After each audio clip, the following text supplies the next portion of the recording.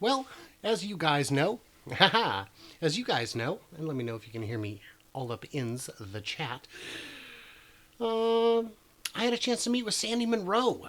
Long awaited interview, and it went great. I was very pleased with it. So I figured, I can make this a little louder. So I figured I would take that opportunity to ask him the questions I'd been wanting for a very long time, and I did just that. So I had a chance to talk with Sandy Munro. You know the guy. The one, the engineer genius who fixes cars for companies that have problems. There were some really great questions. Seeing Sandy's shock over the Plaid Motors internals speaks volumes. Thank you for the insightful interview. Yeah, Tesla still knows what they're doing. Tesla is still ahead of the curve. If it was me, I would absolutely rest on my laurels. But if it was me, I also wouldn't have built Tesla into what it is today. The beauty that we see. Sandy is an absolute gem, a national treasure even. I would agree. His insights are deep and unique, and that's quite valuable. I never miss Sandy. He's what Consumer Reports should be. I have to agree. Sandy gets it.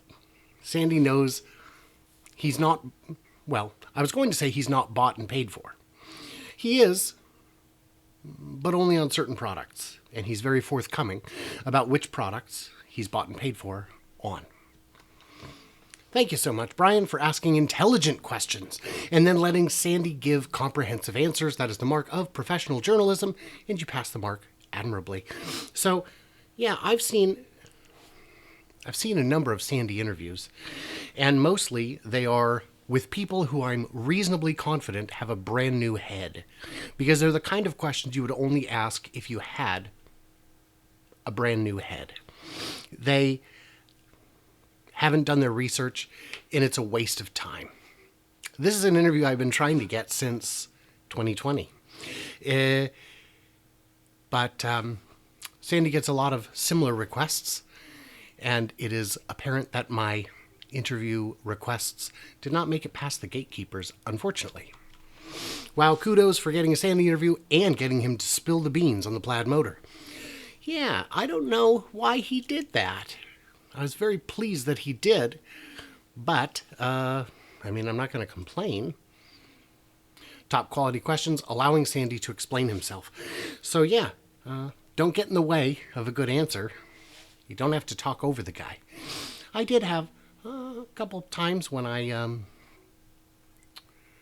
made it clear to him that I knew what I was talking about. Like when Jeff was there. Jeff was there. You were there, Jeff.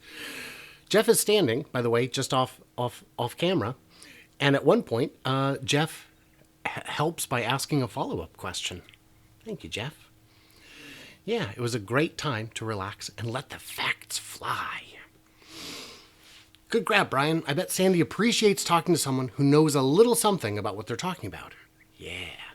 Somebody who's actually watched every one of Sandy's videos, and not just casually, but like in a way that would lead to understanding. Seems like a down-to-earth, approachable guy. Very much so. Very approachable. What you see is what you get.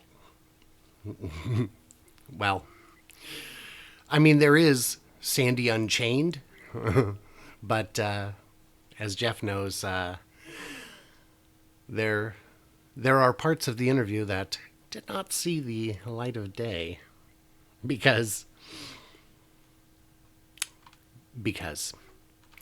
there was a guy in the comments who decided, well, Sandy only loves Tesla because he's a shareholder. And I can tell you he's not. He is not a shareholder. And that is something about which he is not pleased. He would like to be a shareholder. He was a shareholder. But it represents a conflict of interest. And not morally, but legally.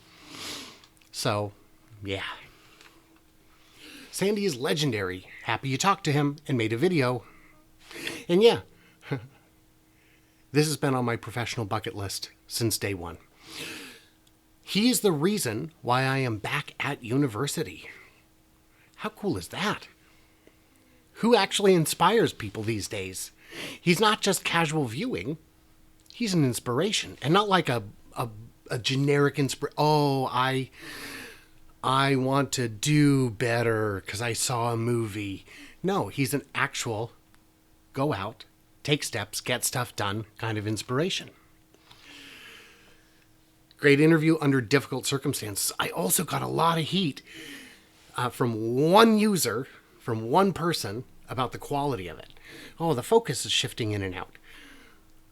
Yes, that's because we did choose to use autofocus because I wasn't going to trust my teenage son to keep it in focus. I'd rather have it going out a little bit sometimes than risk having the entire thing be out of focus. And he was, oh, you need a better microphone. It's a pretty expensive microphone. It's, this is the setup that was used. It's a 4K Lumix G7. I don't know. It's pretty nice deal. The next interviews will have better sound. I have a new camera arriving tomorrow. A Pocket 2, a DJI Pocket 2.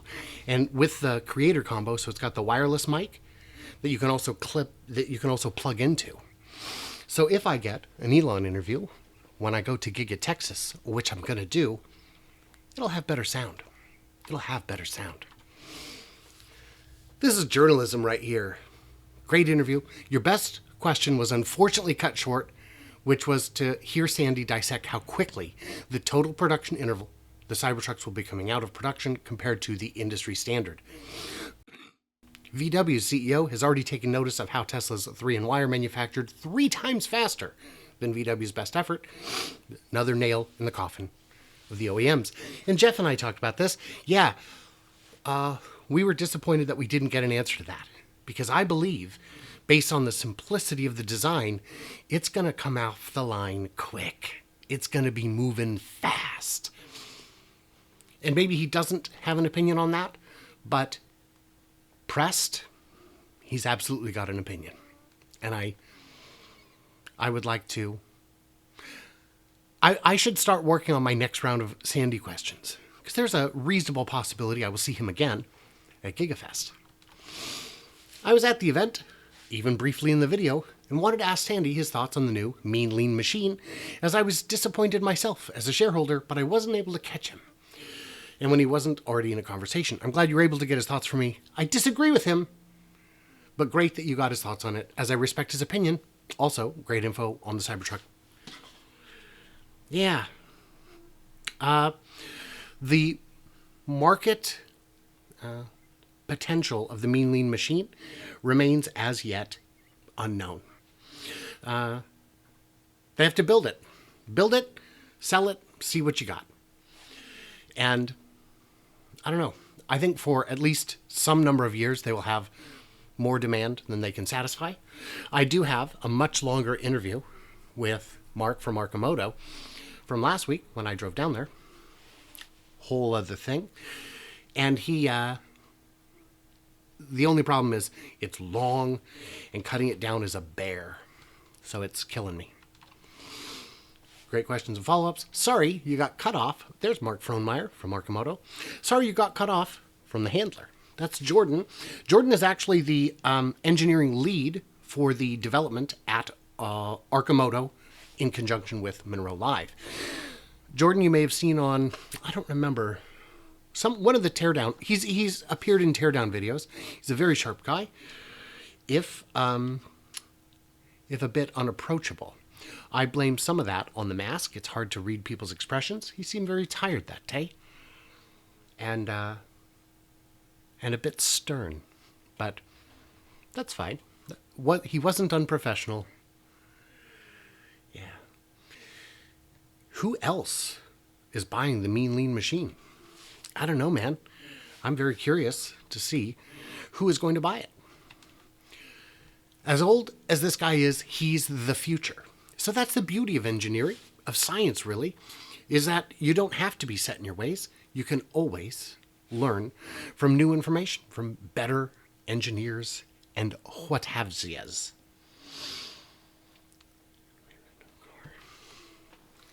Brian asks great questions, very intelligent, so much better than most interviewers.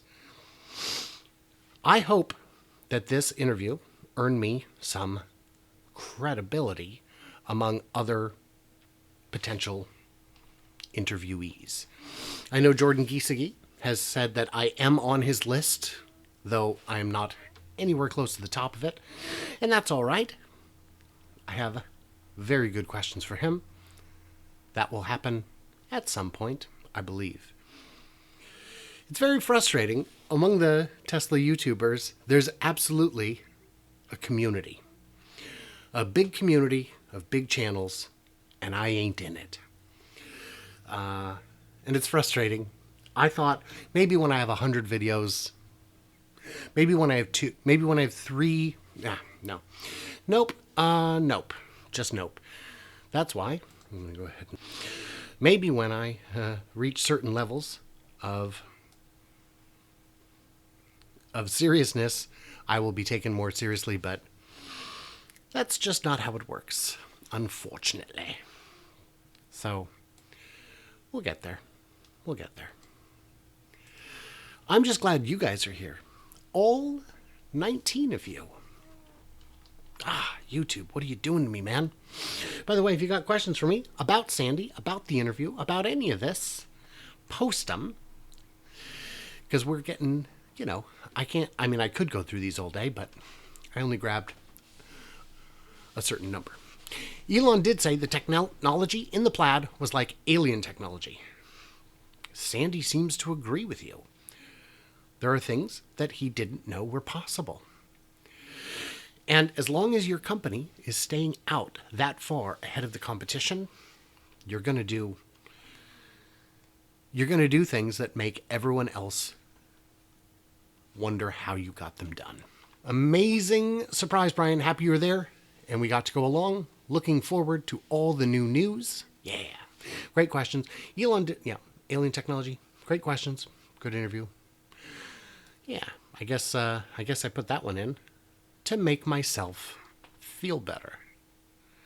Yeah, there are people who appreciate good questions. There are unfortunately more people who appreciate a pretty face, but this what I got. I've had people, especially in the early days of the channel, complain that my voice is not, that I have a face for radio and a voice for silent films. They weren't quite as clever. Mean people, you really got to up your game on the clever stuff. Don't just say, hey man, you're fat. Say, I can hear your heart from here. I don't know. Say, thank goodness the ambassador from Fat Stan is here to pay a visit. Say something clever. We've heard the fat jokes. But this is what I got. If you believe in God, this is what God gave me. He is also a bit of a joker. I respect Sandy, but in my opinion, Cybertruck will be too heavy to get significant range at reasonable cost. Defeats the green argument for EVs. That is an absolutely fair question. If the objective is to go green, why make something so gosh darn heavy? And the answer kind of boils down to, it's what people want. It's what people want. There's a market for it. Definitely for work trucks. I can absolutely see the argument for work trucks. Most people will not be using this as a work truck. Most people do not use trucks as a work trucks. As a work truck. So, let's get into the questions here. Real quick, massive thank you to my Patreons, who, get early access, bonus content, an ad-free experience, and to help keep the channel running for as little as $1 a month, and all that good stuff. Thank you, Jeff, for your recent upgrade. That was very cool.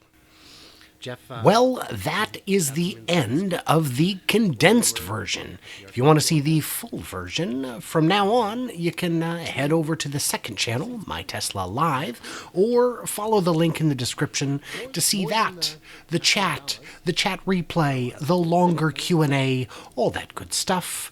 So what did I miss or misunderstand? Leave it in the comments below. And as always, my friends, stay tuned, stay juicy, and I can't wait to hear from you clever robots on the flippity flop.